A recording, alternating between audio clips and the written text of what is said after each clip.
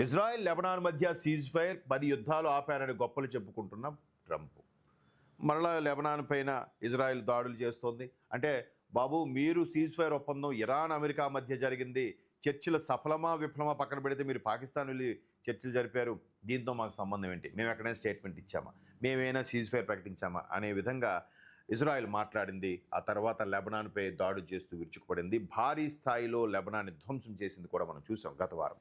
అయితే ఇక్కడ ట్రంప్ మరొకసారి నోబెల్ శాంతి బహుమతి కోసం ఇంకా పట్టు వదలట్లేదు అనుకుంటా. ఇక్కడ ఒకసారి చూద్దాం.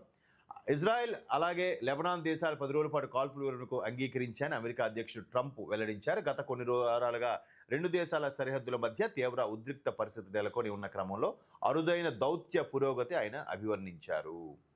అంటే వీళ్ళకి మధ్యలో నేనే శాంతి ఒప్పందం కుదిర్చాను, ఈవెన్ పాకిస్తాన్కి భారత్కి మధ్యలో కూడా శాంతి ఒప్పందం నేనే చూశాను, అలాగే హమాస్కి ఇజ్రాయెల్కి మధ్యలో నేనే శాంతి ఒప్పందం కుదిర్చాను, ఇలాగే ప్రతిదీ కూడా నేనే చేశాను అన్నట్టు చెప్పుకుంటున్నారు. కానీ దీనిపై ఎక్కడా కూడా ఇజ్రాయెల్ చేయట్లేదు.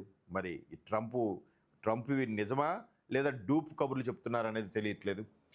తెలివైన నిర్ణయం తీసుకోండి, లేకపోతే మళ్ళీ అక్కడ హెచ్చరికనే ఈ ట్రంప్ గారు.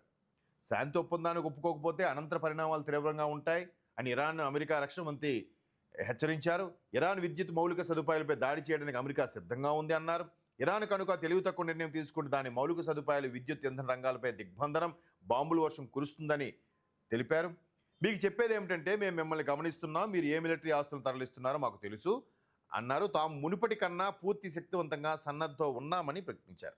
ఇదిలా ఉంటే ఇరాన్కి China intelligence satellite, private satellite China అది సపోర్ట్ చేస్తుంది. అమెరికా కదలికలపై, అమెరికా చేసే అటాక్స్పై ముందుగానే ఇరాన్కి సమాచారం కూడా ఇస్తుంది. ఇదిలా ఉంటే ఇరాన్ రష్యా చమురు ఎగుమతులపై మళ్లీ ఆంక్షలు. ఇరాన్ ఆర్థికంగా మరింత ఇబ్బంది పెట్టడానికి అమెరికా మరో షాకింగ్ నిర్ణయం తీసుకుంది. చమురు రవాణాకి ఇచ్చిన మినహాయింపులకు ఫుల్ స్టాప్ పెట్టి ఇరాన్ రష్యా చమురు ఎగుమతులపై మళ్లీ ఆంక్షలు విధించాలని నిర్ణయించింది. రష్యా ఇరాన్ చమురు కొనుగోలుకు అమెరికా మార్చిలో ఇచ్చిన మినహాయింపులను పొడిగించరాదని నిర్ణయించింది.